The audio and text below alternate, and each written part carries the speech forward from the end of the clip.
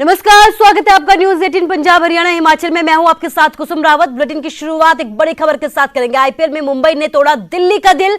IPL में Mumbai Indians 5वीं बार champion बनी है। दिल्ली कैपिटल्स को हराकर ये फाइनल राउंड जीता है। मुंबई इंडियंस ने दिल्ली को 5 विकेट से हराया है। दिल्ली ने मुंबई को दिया था 157 रन का लक्ष्य। मुंबई ने 18.4 ओवर में 5 विकेट पर 157 रन बनाए। पहली बार फाइनल में पहुंची थी दिल्ली कैपिटल्स, लेकिन मुंबई ने दिल्ली का दिल तोड़ दिया है। आईपीएल में मुंबई इंडियंस फाइनल राउंड जीत गई है और 5वीं बार चैंपियन बनी है।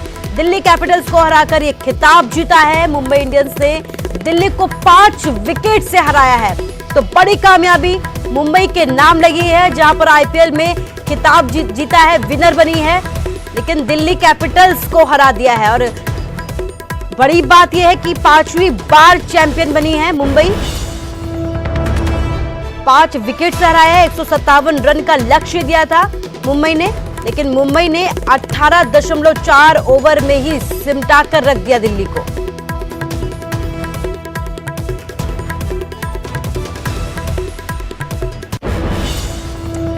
और पीएम मोदी के सहारे नीतीश कुमार की नैया पार हो गई है। 125 सीटों के साथ बिहार में एक बार फिर एनडीए सरकार। पीएम मोदी ने नीतीश कुमार को जीत की बधाई दी है। कड़े मुकाबले में एनडीए को बहुमत मिला है। एनडीए को 125 और महागठबंधन को 110 सीटें मिली हैं। महागठबंधन हारा, लेकिन आरजेडी सबसे बड़ी पार्टी बनकर उभरी है। आरजेडी को 75, बीजेपी को 74, जेडीयू को 43, कांग्रेस को 19 सीटें मिली है। इसके साथ ही पिछले बार के मुकाबले में जेडीयू की सीटें घटी हैं।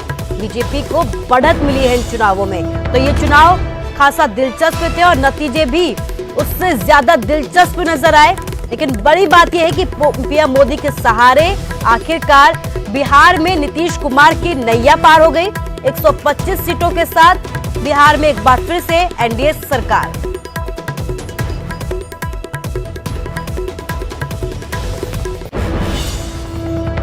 बात बड़ौदा की करते हैं। बड़ौदा के दंगल में पहलवान योगेश्वर दत्त एक बार फिर से चित हो गए हैं। कांग्रेस के इंदु राज नरवाल ने ऐतिहासिक जीत दर्ज करते हुए बीजेपी प्रत्याशी को मात दी है।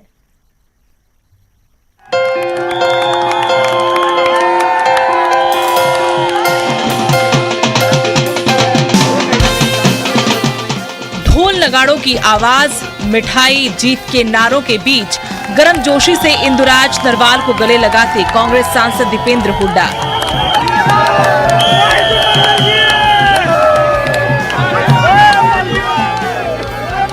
ये तस्वीरें बड़ौदा उपचुनाव में जीत के बाद की हैं। जीत का ऐलान होते ही कांग्रेस खेमे में खुशी की लहर दौड़ गई। नाच गाना शुरू हो गया। इस जीत से कांग्रेस गदगद है, तो वहीं बीजेपी में मायूसी और चुप्पी है। बड़ौदा उपचुनाव में कांग्रेस उम्मीदवार इंदुराज नरवाल ने बीजेपी प्रत्याशी योगेश्वर दत्त को पटखनी दी। योगेश्वर दत्त फिर से सियासी दंगल में चित हो गए। योगेश्वर दत्त ने अपनी हार स्वीकार कर ली। असल मायनों में ये जीत भूपेंद्र सिंह हुड्डा और उनके बेटे दीपेंद्र हुड्डा की है। हुड्डा एक बार फिर से अपने गढ़ को बचाने में कामयाब रहे। ये नतीजा जो है ये मौजूदा सरकार की पतन का कारण बनेगा। तो आज से कल से सरकार का पतन शुरू हो गया, क्योंकि ये एक किस्म से रेफरेंडम था और इस फैसले से कई दिशाएं तय होती हैं साइमल्टेनियसली, कई वो दिखते हैं। मैं आपके चैनल के माध्यम से जो आपने सवाल पूछा, मैं ये जीत का श्रेय अलका बड़ौदा के 36 बिरादरी को देना चाहूँगा और माननीय हरियाणा के 36 बिरादरी नेता चौधरी भूपेंद्र हुड्डा जी को और इस हरियाणा प्रदेश का उज्जवल भविष्य भाई दीपेंद्र हुड्डा जी को देना चाहूँगा।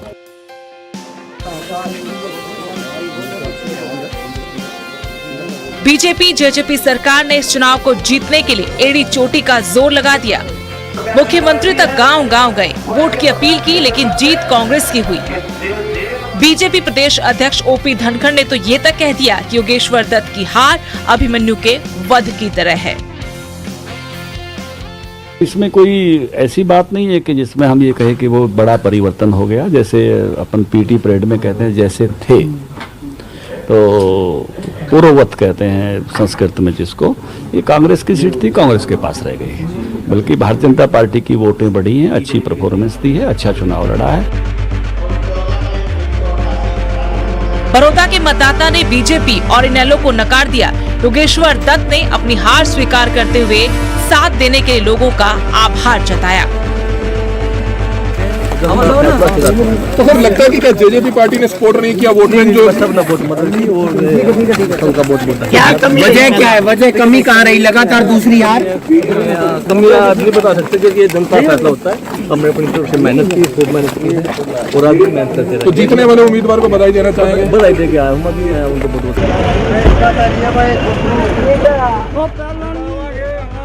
2019 के बाद एक बार फिर बीजेपी ने पहलवान योगेश्वर दत्त पर विश्वास जताया, लेकिन योगेश्वर पर जनता ने भरोसा नहीं दिखाया और फिर चुनावी दंगल में मात खा गए। न सिर्फ योगेश्वर बल्कि बीजेपी के लिए भी ये हार एक झटका है। बड़ौदा उपचुनाव को जीतने के लिए बीजेपी ने एड़ी चोटी का जोर लगा दिया था। करोड़ों के विकास के वादे किए, हल्के की तकदीर और तस्वीर बदल देने का भरोसा दिलाया, लेकिन कुछ भी काम नहीं आया। ग्रामीण मतदाता कृषि कानूनों से इतने खफा थे कि उन्होंने बढ़ चढ़कर वोट किया और ये मतदान कांग्रेस के पक्ष में गया।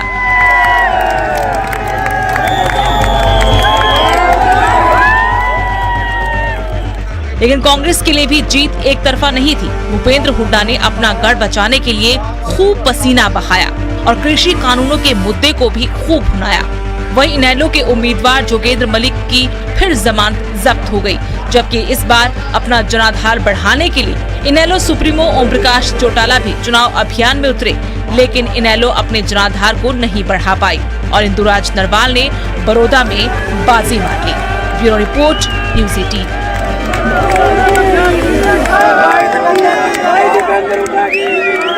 योगेश्वर को हार मिली। योगेश्वर ने ट्वीट कर कहा है कि बड़ौदा हल्के का जनादेश मैं स्वीकार करता हूं और भाई इंदुराज को जीत की बधाई देता हूं। अपनी माटी और देश के लिए मैं हर उस मोड़ पर आप सभी के साथ खड़ा हूं जहां जहां मेरे साथ की जरूरत होगी।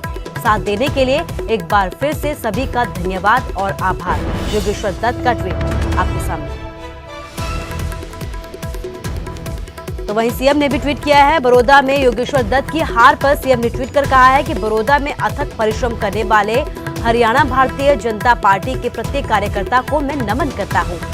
प्रमुख बूथ अध्यक्षों से लेकर संगठन के वरिष्ठ पदाधिकारियों ने कोरोना के इस चुनौतीपूर्ण वक्त में भी अपने समर्पण से जन जन तक सरकार की विकास नीतियों को पहुंचाया है, जो वाकई प्रशंसनीय है। तो वहीं योगेश्वर दत्त की हार पर डिप्टी सीएम दुष्यंत चौटाला ने ट्वीट किया है। दुष्यंत चौटाला ने यह कहा है कि बड़ौदा विधानसभा में उपचुनाव में पहलवान योगेश्वर दत्त ने सबको साथ लेकर एक अच्छा चुनाव लड़ा है। हार जीत तो जीवन और राजनीति का हिस्सा है। बड़ौदा को एक नए विधायक इंदुराज नरवाल को बधाई देता हूं। उम्मीद है कि वो हल्के का तेजी से विकास करेंगे।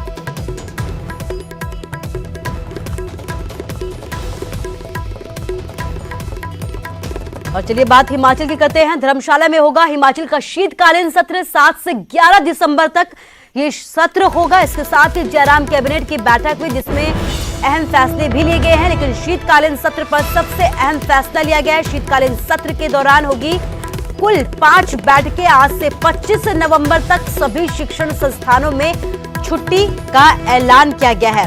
तो शीतकालीन सत्र का ऐलान किया गया है। धर्मशाला में ये सत्र होगा। 7 से 11 दिसंबर तक शीतकालीन सत्र किया जाएगा। जयराम कैबिनेट ने शीतकालीन सत्र को लेकर फैसला लिया है, जिसमें शीतकालीन सत्र के दौरान 5 बैठकें की जाएंगी। इसके साथ ही आज से 25 नवंबर तक प्रदेश के सभी शिक्षण संस्थानों में छुट्टी का ऐलान भी किया गया है।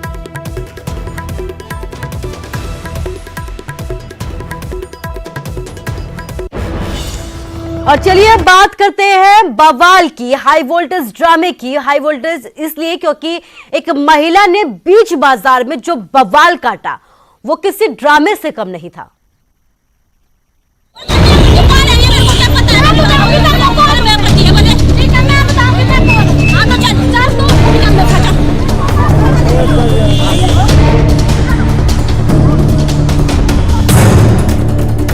कहते हैं कि जब औरत अपनी पर आती है तो बड़ों बड़ों को छठी का दूध याद दिला देती है।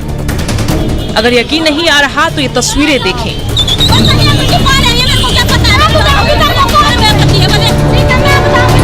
इसका विश्लेषण भी हम बाद में जरूर करेंगे। एक अकेली औरत ने दो लोगों का गिरेबान पकड़ रखा है, वो भी सरे बाजार सरे राह। मामला बेहद गंभीर है। इस औरत की जुबानी आपको सुनवाते हैं कि आखिरकार ये हाई वोल्टेज ड्रामा हो क्यों रहा है।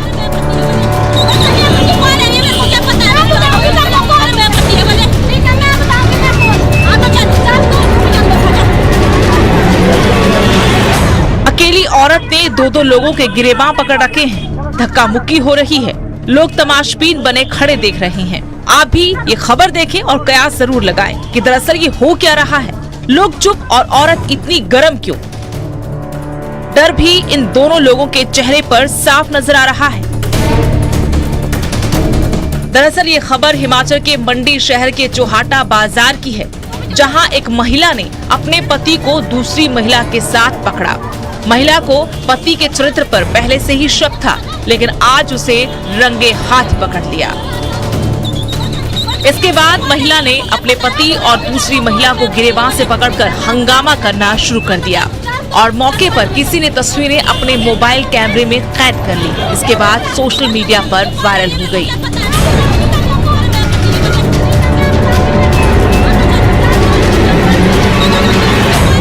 हंगामा हो रहा था तो भला पुलिस कहां पीछे रहती। पुलिस भी मौके पर पहुंची और इन सभी को अपने साथ ले गई।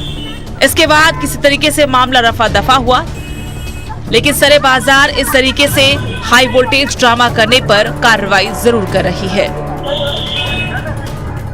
मंडी से वीरेंद्रपुरी, न्यूज़ 18।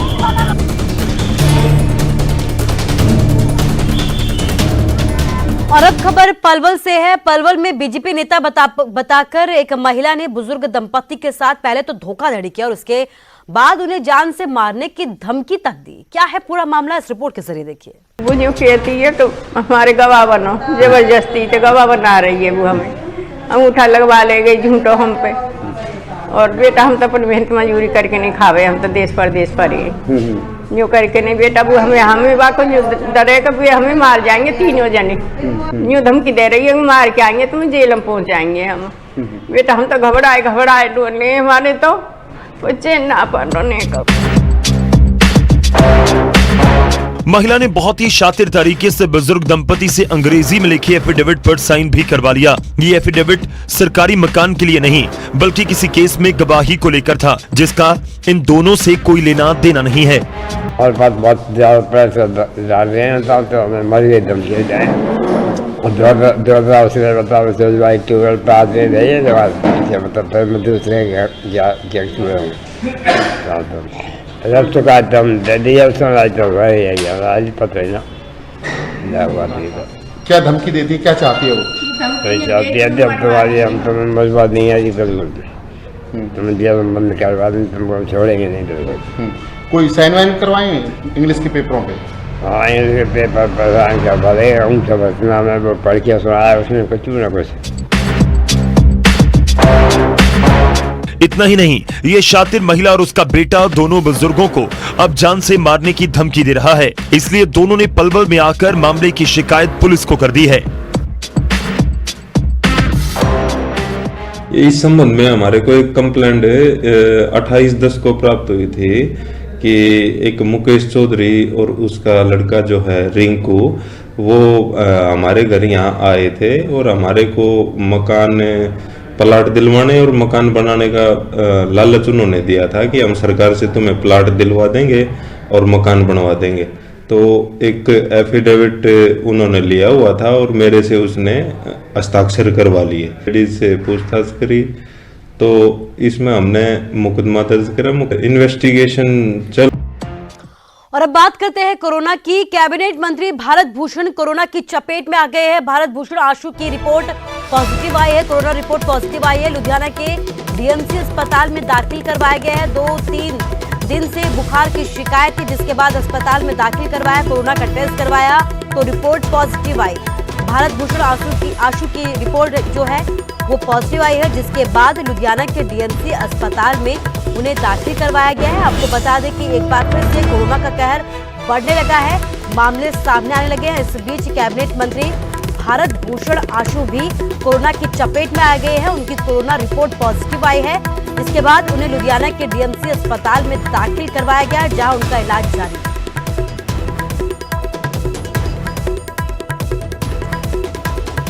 तो त्योहारों से पहले कोरोना ने टेंशन बढ़ा दी है। हरियाणा और हिमाचल में एक बार फिर से तेजी के साथ आंकड़े बढ़ते जा रहे हैं। हरियाणा में 24 घंटे में 2540 केस सामने आए हैं और 16 लोगों की मौत हो गई। हिमाचल की अगर बात करें तो 24 घंटे में 486 मामले सामने आए हैं, 12 लोगों की मौत हो गई है। पंजाब में अभी नए मामलों की रफ्तार धीमी है, लेकिन आंकड़े यहां से भी सामने आ रहे हैं। पंजाब में 24 घंटे में 491 मामले सामने आए हैं। इसके साथ ही 20 लोगों की मौत हो गई है। लेकिन बड़ी बात यह है कि आंकड़ों में लगातार इजाफा होता जा रहा है और बड़ी ही तेजी के साथ आंकड़े बढ़ते जा रहे हैं। हरियाणा और हिमाचल का हाल सबसे पहले आपको बता रहे हैं, जहां पे हरियाणा में 24 घंटे में 2540 केस सामने आए। इसके साथ ही 16 मौतें हो गई। हिमाचल की अगर बात करें तो 24 घंटे में 486 मामले सामने आए, 12 की मौत हो गई है। पंजाब में हालांकि रफ्तार धीमी है कोरोना की, लेकिन आंकड़े सामने आ रहे हैं। पंजाब में 24 घंटे में 491 मामले सामने हैं। इसके साथ ही 20 लोगों की मौत हो गई है।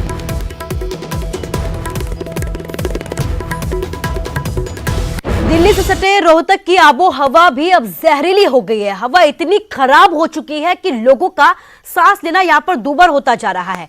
आलम यह है कि रोहतक गैस चैम्बर में तब्दील होता जा रहा है, जो वाकई चिंता का विषय है। जहरीली हुई हवा, सांस लेना हुआ दूभर, गैस चैम्बर बना रोहतक। बढ़ते प्रदूषण के मामलों में गुरुग्राम, फरीदाबाद के बाद अब रोहतक भी पीछे नहीं है। रोहतक की हवा भी जहरीली हो चुकी है। एयर क्वालिटी इंडेक्स 450 के पार पहुंच चुका है, जो एक बहुत खराब आंकड़ा कहलाता है। बढ़ता AQI हमें बहुत बीमार कर सकता है। आलम यह है कि रोहतक स्मॉग की चादर में लिपटा हुआ है। दोपहर तक सूरज देवता के दर्शन नहीं हो रहे। शहर में बढ़ते प्रदूषण की वजह यहाँ दौड़ने वाले डीजल वाहन भी हैं। कार PM 2.5 और PM 10 और कार्बन मोनोऑक्साइड के लिए mainly transportation vehicle, particularly vehicles में भी फिर मैं आपको बताना चाहूँगी कि डीजल व्हीकल ये ज़्यादा रिस्पॉन्सिबल है PM 2.5 को, 10 को और कार्बन मोनोऑक्साइड को एनहांसमेंट के लिए। दूसरी एक्टिविटी जो बहुत ज़्यादा हो रही है रोहतक में वो अर्बनाइजेशन है, ह्यूमन एक्टिविटीज़ हैं। हम कहीं पर भी कहीं कंस्ट्रक्शन है, घर बना रहे हैं या कोई खोद रहे हैं या सड़क बना रहे हैं, ये सब इस टाइम पर हमें बंद कर देनी चाहिए। बढ़ते प्रदूषण से आंखों में जलन और सांस लेने में परेशानी हो रही है। स्थानीय लोगों की माने तो प्रशासन को चाहिए कि वो फैक्ट्रियों से निकलने वाले प्रदूषण पर रोक लगाए, ताकि हवा में घुल रहे जहर को रोका जा सके। देखिए, पोल्यूशन की वजह से आंखों में जलन कुछ दिन से हो रहा है, महसूस हो रही है, आंखों में जलन हो रही है, सांस लेने में तकलीफ हो रही है। बेसिकली मैं डेली जॉब करता हूँ रोहतक में, तो जैसे हम बाइक पे आते हैं तो पोल्यूशन की वजह से आंखों में बहुत ज़्यादा जलन अभी महसूस हो रही है। एयर जितने आपको देख रहा है कि ये फॉग भी नज़र आ रहा है, ये सारी चीज़ें पोल्यूशन की वजह से हो गई हैं। इस पर गाड़ियों का जो धुआं है वो अब जमने लगा है, क्योंकि मौसम जो है ठंडा मौसम आ गया है, तो गाड़ियों की वजह से, इंडस्ट्रीज़ की वजह से ये सारी दिक्कत आ रही है। बढ़ता प्रदूषण उत्तर भारत की इस वक्त की सबसे बड़ी समस्या बन चुका है। NGT से लेकर सुप्रीम कोर्ट के संज्ञान लेने के बावजूद प्रदूषण की समस्या जस की तस बनी है। अगर जल्द ही बढ़ते प्रदूषण को रोका नहीं गया तो समस्या और गंभीर होती चली जाएगी। रोहतक से धीरेन्द्र चौधरी, न्यूज़ 18।